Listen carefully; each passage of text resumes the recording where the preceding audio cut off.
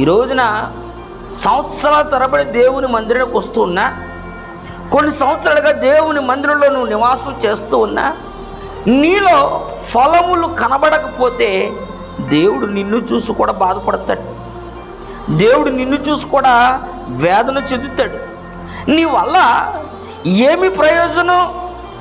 నీ వల్ల ఈ సంఘానికి, నీ కుటుంబానికి యేసు ప్రభువు నమ్మిన తర్వాత, యేసు రక్తం చేత కడగబడి దేవుని దగ్గరకు వచ్చిన తర్వాత నీ వల్ల నీ కుటుంబానికి ఏమన్నా ప్రయోజనం ఉందా అని దేవాది దేవుడు అడుగుతున్నాడు.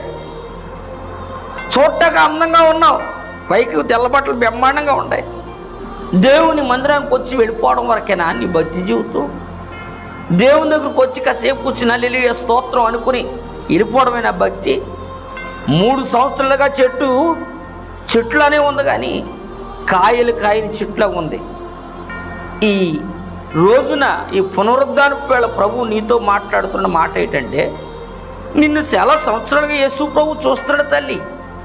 అన్నయ్య, యేసు ప్రభు చాలా సంవత్సరాలుగా నిన్ను చూస్తున్నాడు.